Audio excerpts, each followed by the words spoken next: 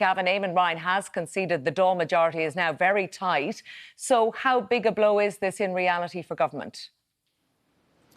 In reality, it's not fatal. It is obviously a big loss for the government now to only be able to rely on 80 votes in the Dáil for the foreseeable future, particularly for the next 6 months, when those 6 months will include the budget and potentially some other contentious votes on the likes of carbon budgets or even proposals to ban the industrial sale of turf. Really, for those sorts of votes, the government could use every vote it could possibly muster. And from that perspective, it is a little bit of damage. Now, Eamon Ryan has been speaking about all of this morning. He has, as you say, insisted that there was no influence from other coalition parties, because we were hearing from senior figures in the other parties last night that there would be a bit of an issue if the Green TDs were to get away with a slap on the wrist, while the other parties would be seen as having a slightly more rigorous disciplinary method. In the end, the Greens' method was exactly the same as the other two parties would usually do, that members are being suspended from the parliamentary party for 6 months. That means the coalition in all now only has 80 TDs, something which Eamon Ryan says is far from ideal.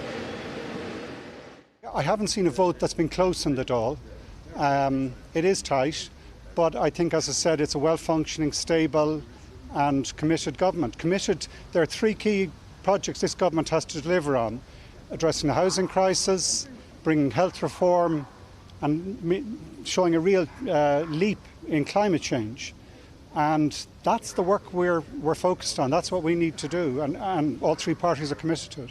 Now, although Eamon Ryan says this wasn't an issue that was come up from within the party, that it was proposed by Mark O'Cossie, there have still been some suggestions that other coalition parties leaned on this decision, again because of that concern that Fianna Fáil and Fine Gael would find it much harder to keep discipline within their own ranks if they were seen as getting harsher punishment than the Green Party did. And part of the reason for that perception is that the punishment that's been handed down to the two Green TDs in this instance is harsher than what happened 2 years ago, when Neasa Hourigan again and the Junior Minister Joe O'Brien defied the government whip on some legislation back in July 2020. At that time, their only punishment was 2 months of a speaking ban in the Dáil, and that was on the cusp of the summer recess when there was no Dáil to speak in at all. Either way, though, the coalition now firmly in lockstep, albeit with lower numbers, and people will now be wondering exactly how the coalition is going to approach some of those tetchier votes on the budget and some of those other more contentious issues in the months to come.